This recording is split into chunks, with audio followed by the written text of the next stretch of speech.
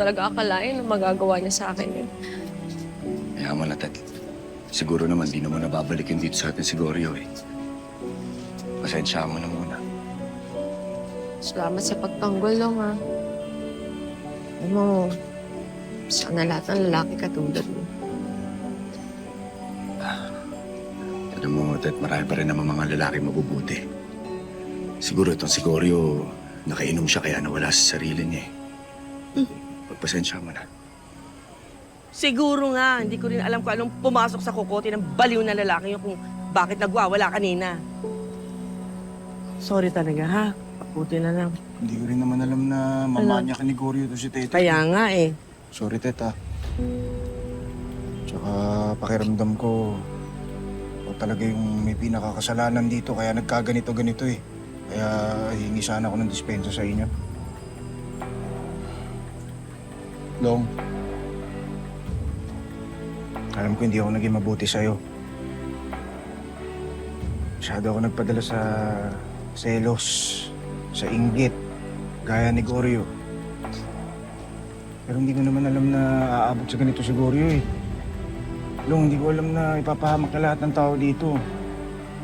Kaya, pasensya ka na talaga.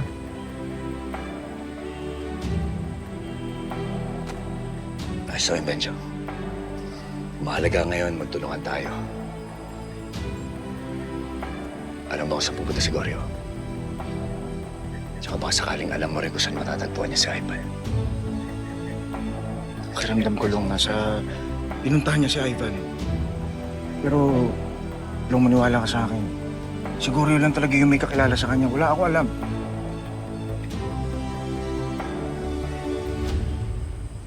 Hindi niyo ba titigilan yung pagsasalita tungkol dyan sa Ivan na yan? Ipapahama ka lang ng lalaking yan.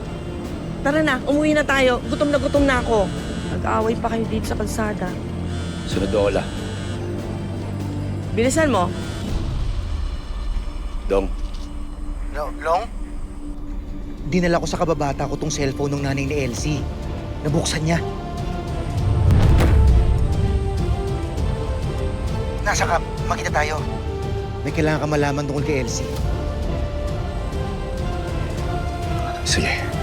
Pupuntahan kita.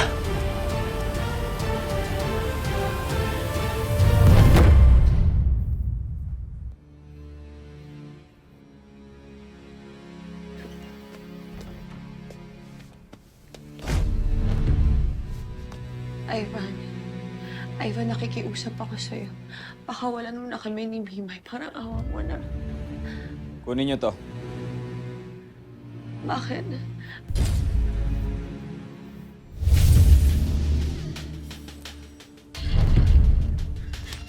Ano kailangan mo sa akin?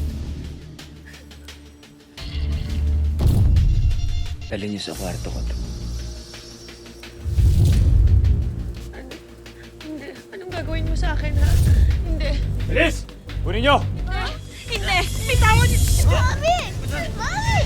Mami! Teka lang! Kunin ka sa akin! Diyan ka lang ha! Hanggang alis dito!